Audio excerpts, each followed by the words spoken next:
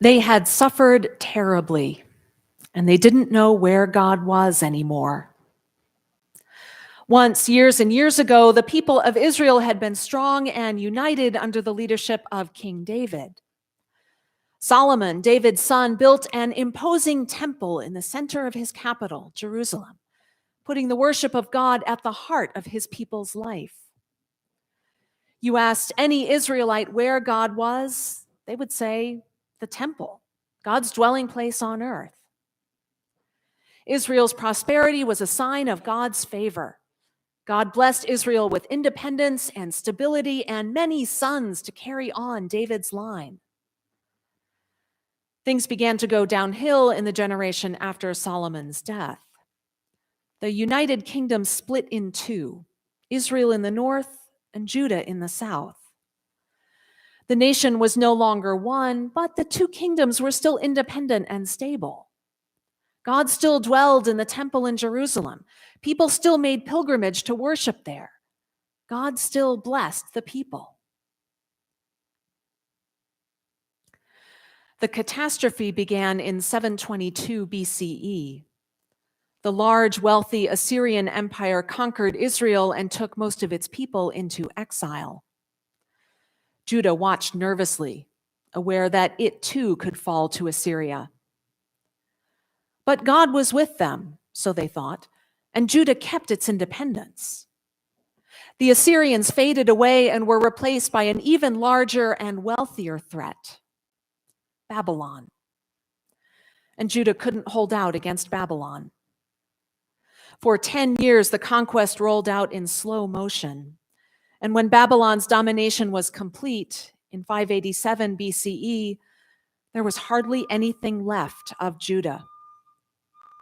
The kingdom was in ruins, the royal family murdered, its people either killed or in exile, dead of disease or starvation, or killed in battle.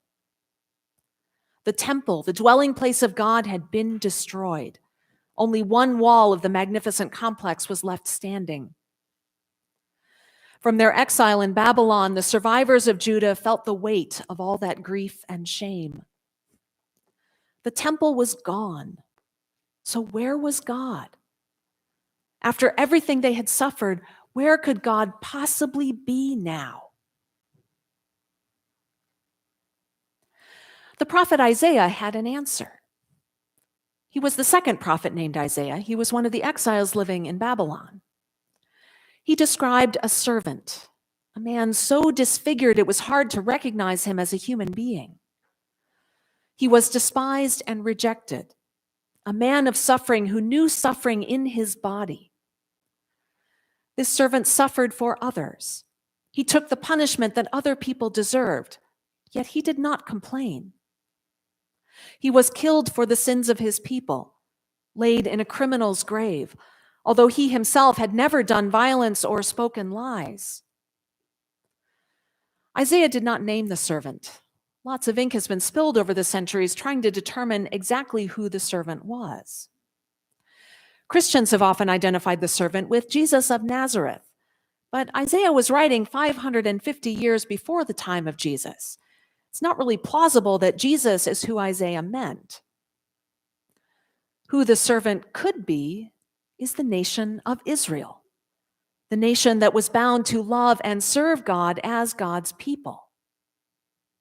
Israel was so disfigured it was unrecognizable. Its people had sinned individually, and the whole nation had been punished.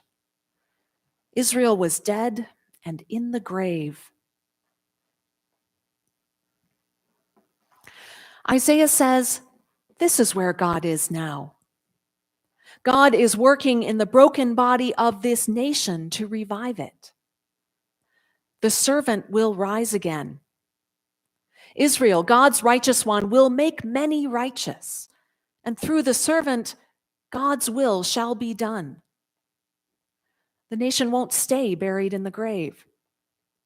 God is at work to raise Israel to new life, to restore the land, to replant fields, to rebuild the temple, to bring the exiles back home.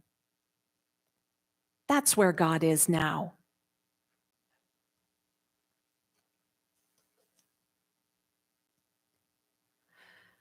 They had suffered terribly, and they didn't know where God was anymore.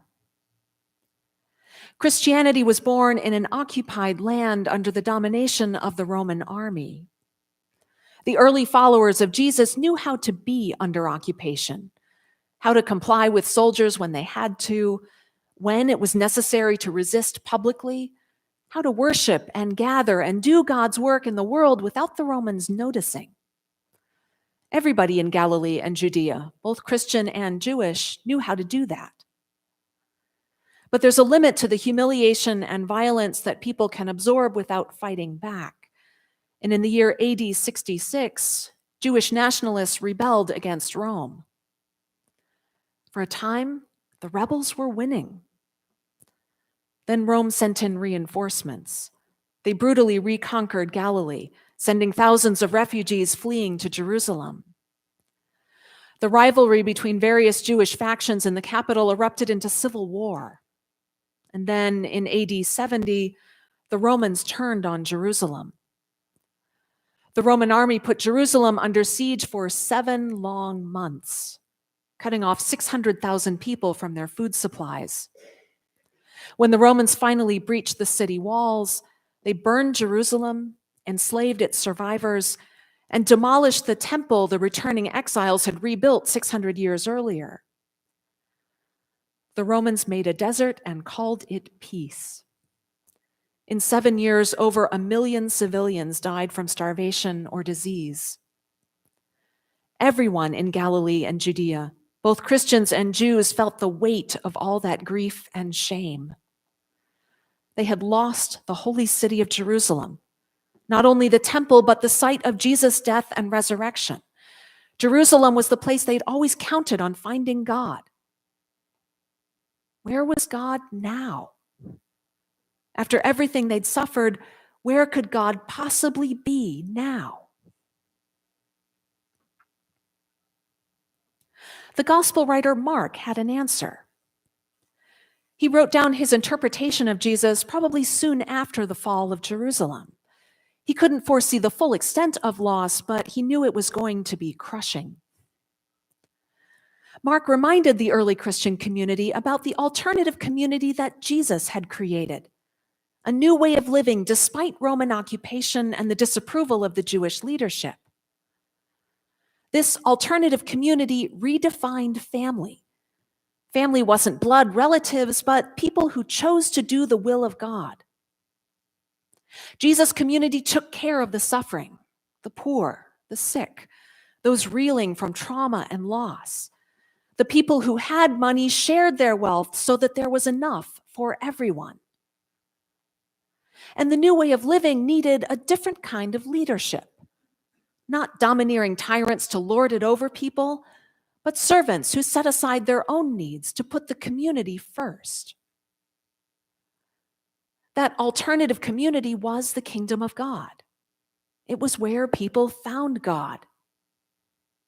And Mark pointed out that Christians were still living like this, still bound together as family, still sharing what they had to care for everyone's need, still choosing servants to lead them. The kingdom of God can't prevent suffering and death. Jesus himself had to suffer and die. But the kingdom of God endures and thrives even in times of great suffering. And the kingdom of God is here, now, among you. God is at work in the alternative community to heal, comfort, and sustain the survivors of the war with Rome. That's where God is now.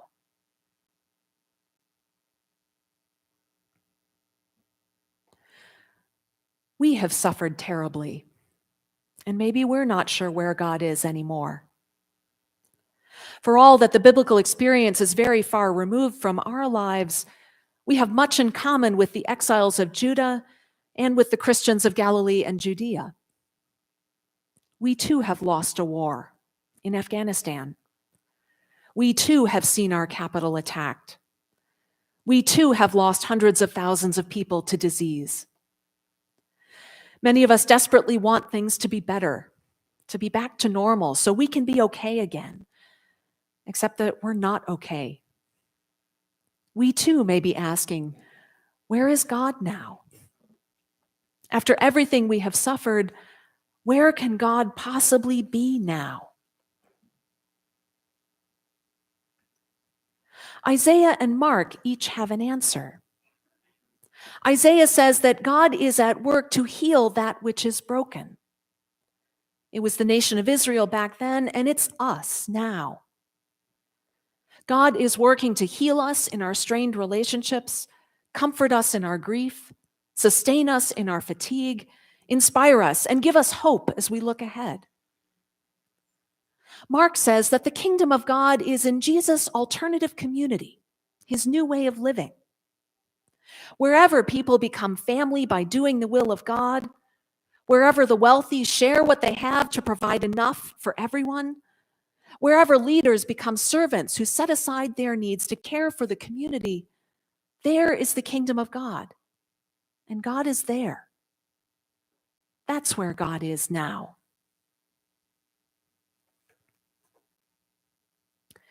In the last couple of weeks, Worthington United Methodist Church and the Noor Islamic Cultural Center both reached out to St. John's, asking us to partner with them to support refugees from Afghanistan who will soon arrive in central Ohio.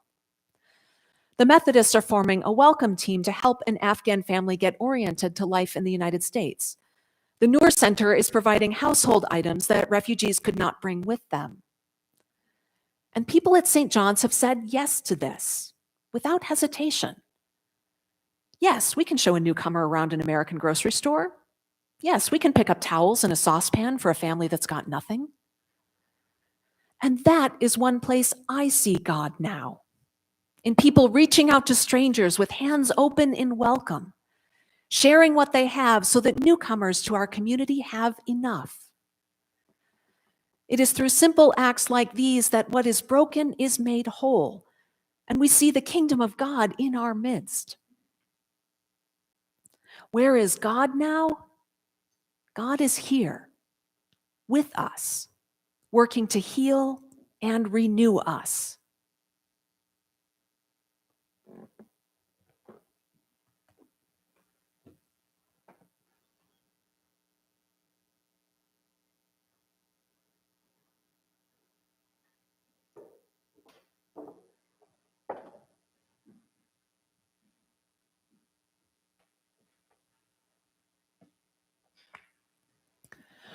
We stand to affirm our faith using